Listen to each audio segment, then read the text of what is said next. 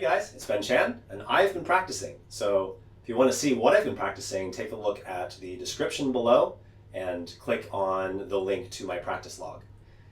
Today I wanted to show you a little bit how I'm practicing double voices. And so on the violin you can play two notes at the same time. So let me demonstrate. You thought I was talking about double stops, but what I'm talking about actually is a melody and an accompaniment. Let me do it again. So when I say melody, that's the note I'm talking about. But when I say accompaniment, that's the lower note.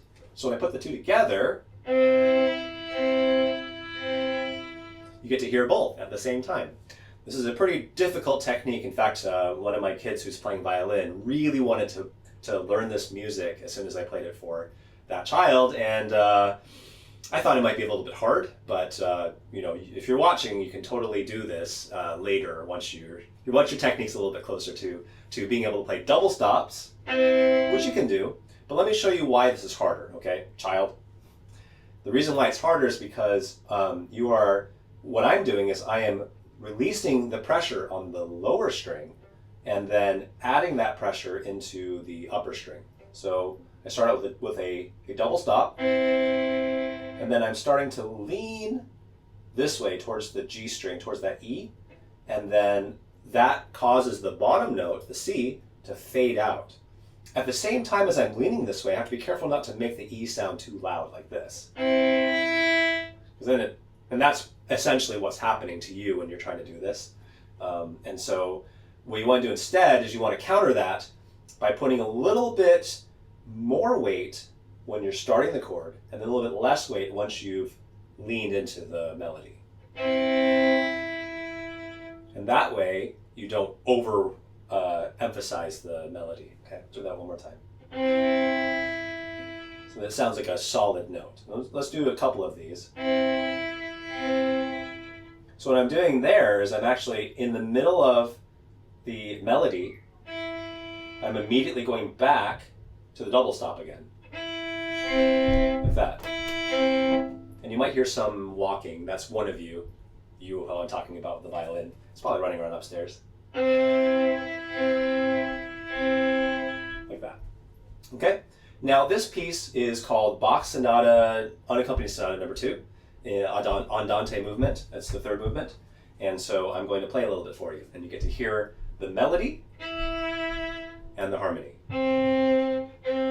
And I like to think of it as like a, I don't know, like a ship on the ocean, kind of like calm wind, just kind of floating.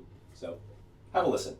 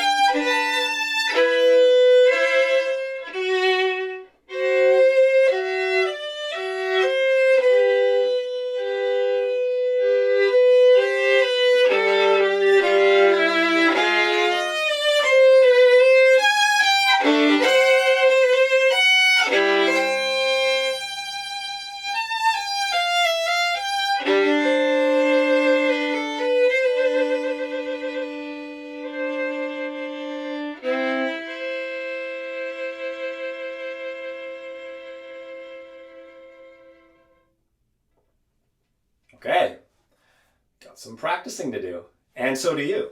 See you next time.